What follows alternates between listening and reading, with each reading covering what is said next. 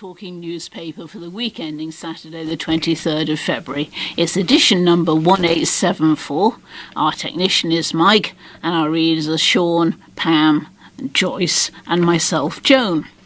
Sunrise is at 7:15 and sunset is at 5:30. Now, our first reader is Sean, and he's got an update on the station upgrades that are going on with the problem of raising the platforms. Trauma for computers is the headline.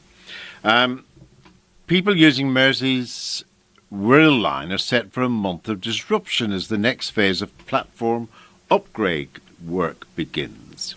Phase 7 of Mersey travel work from March the 2nd to April the 2nd will affect those who catch the trains between Chester and the Ellesmere Port lines. The first section of work will last about 3 weeks, affecting services between Hooton and Hamilton Square, with the second being Chester and Hooton to go on for a week after. That means that for those travelling between Capenhurst, Batch, Chester and the Hamilton Square or Liverpool City stations, journeys will be disrupted for an entire month. The scheme of works is being carried out to prepare stations for new trains due in service next year. So from March the 2nd to the 22nd, there will be rail replacement bus services between Hooton and Rock Ferry, calling at all stations in between. Trains will run to Hooton, where passengers will need to board the bus. The buses will also call at Hamilton Square, which has more trains running to and from Liverpool stations. From Monday to Saturday, there will be an express buses running between Hooton and Hamilton Square stations. The works will also mean an altered timetable on both Chester and Ellesmere Port lines. For those travelling from Rock Ferry, Green Lane or Birkenhead Central, there will be reduced service with trains running every 15 minutes.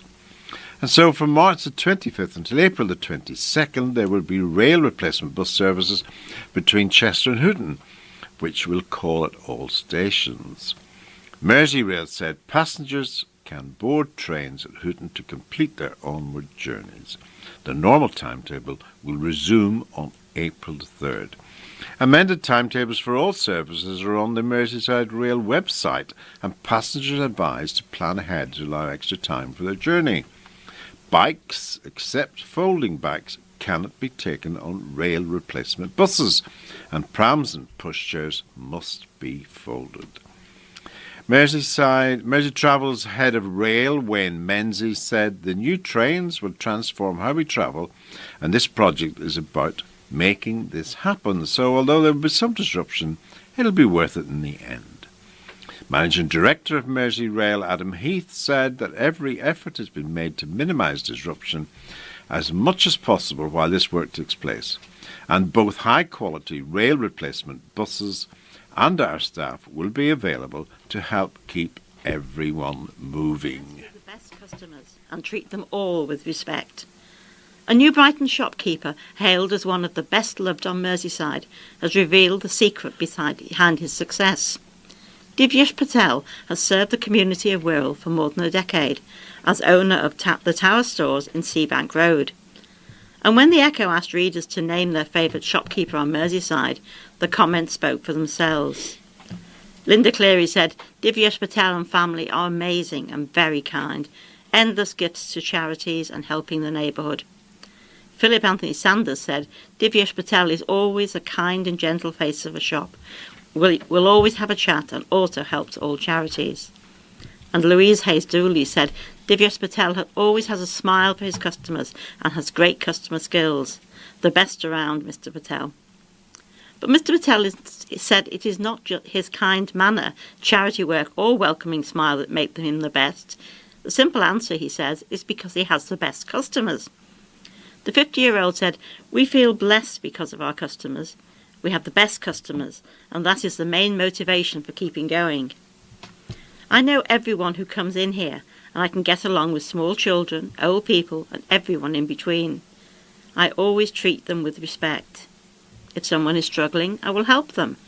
I always call them by their name, or Mr. or Mrs., and maintain eye contact.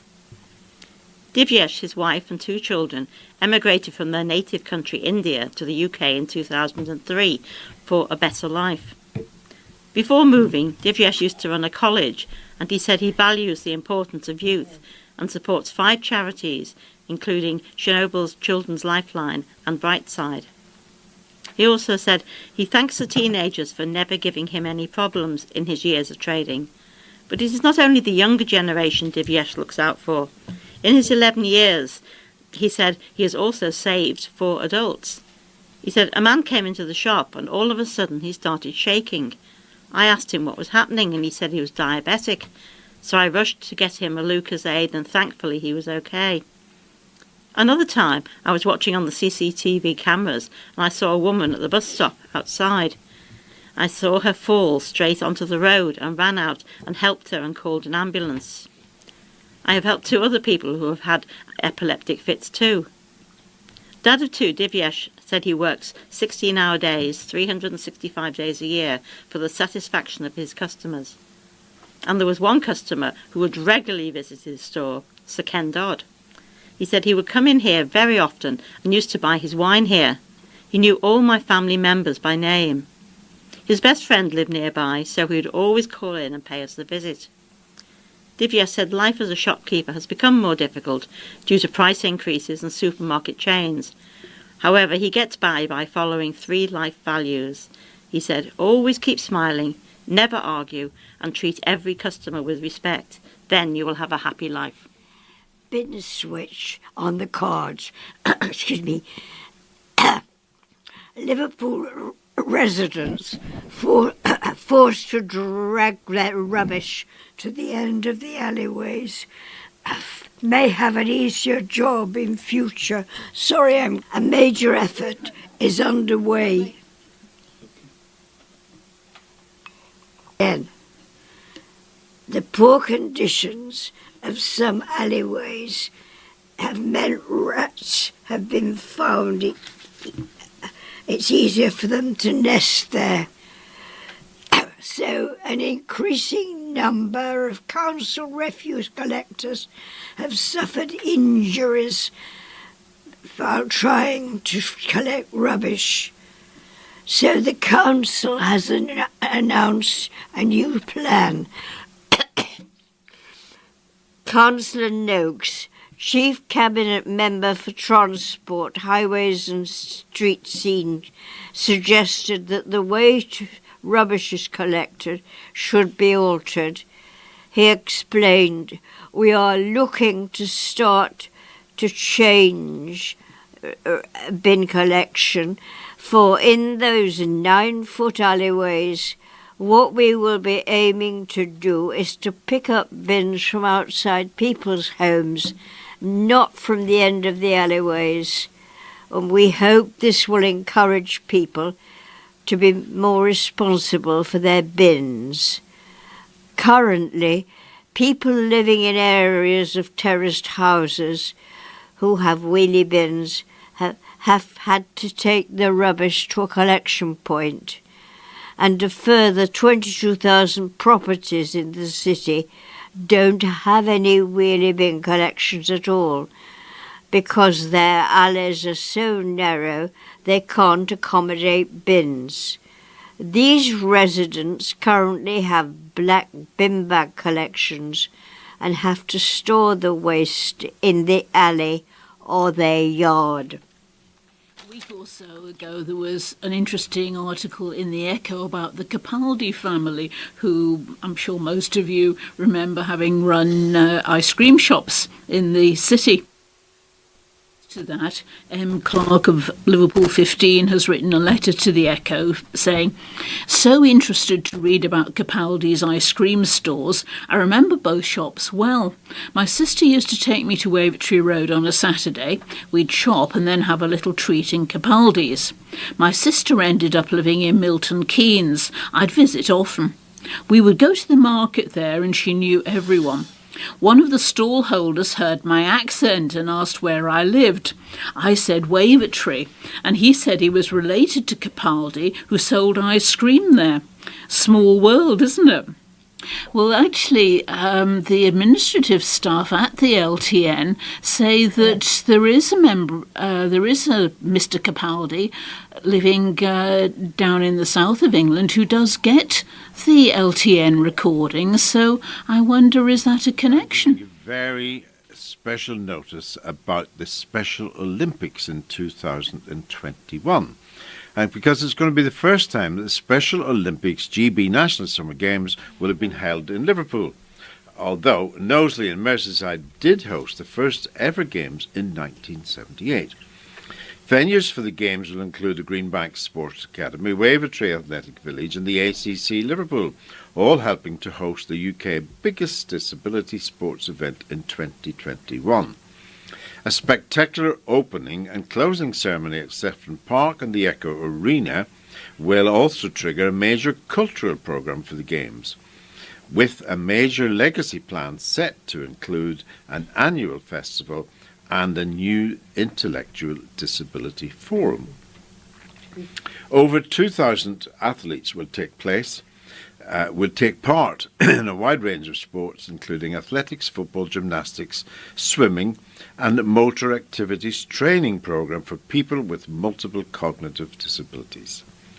Special Olympics GB provides year-round sports training and competition opportunities for people with intellectual, that's learning disabilities, transforming the lives of thousands of people through the power of sport. Around 1.5 million people in the UK, that's 2%, have an intellectual disability. Special Olympics GB's National Summer Games is the showpiece domestic event every 4 years for the organisation and its athletes.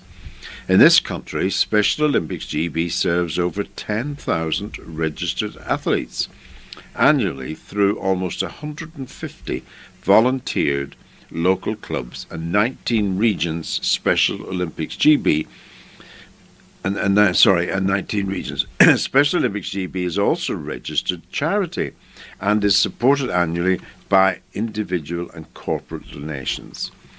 The event is another huge sporting coup for Liverpool as the city prepares to host a raft of major events following the Netball World Cup in 2019 and the World Artistic Gymnastics in 2022. Merton Mann, the Special GB's chairman, said, "We're thrilled to be heading to Liverpool in 2021.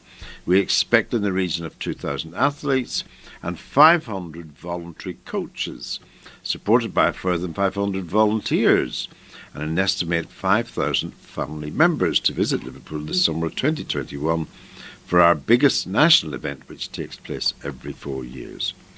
We're looking forward to the support of the people of Liverpool and businesses of the city at this very significant sporting event. We assure that the great city of Liverpool would provide a very successful and hugely memorable event for all our athletes, their families, coaches There's another and article volunteers." about help for the disabled. The government's decision to increase the amount of support they give to help some disabled workers has been increased to almost £60,000 a year and has been criticised by a leading disability charity.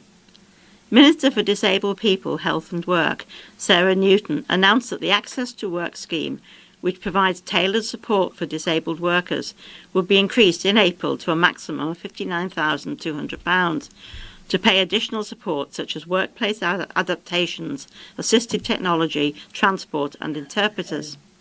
She said, "Access to Work provides tailored support to thousands across the country, ensuring a disability or a health condition is not a barrier to achieve someone's career aspirations. By extending this grant, even more people can benefit from this personalised scheme and more disabled people can thrive in the workplace." But CEO of Business Disability Forum, Diane Lightfoot, said, "The scheme is a game changer for many disabled people, providing them with the support they need to make working possible. Any additional funding for the scheme is therefore to be welcomed. We would question, however, if setting a cap, even an increased one, is the most effective way to assess and offer support to the people who need it most. Our research shows that many highly skilled disabled people are missing out on vital support and the opportunity to work simply because their support needs are assessed as being too expensive.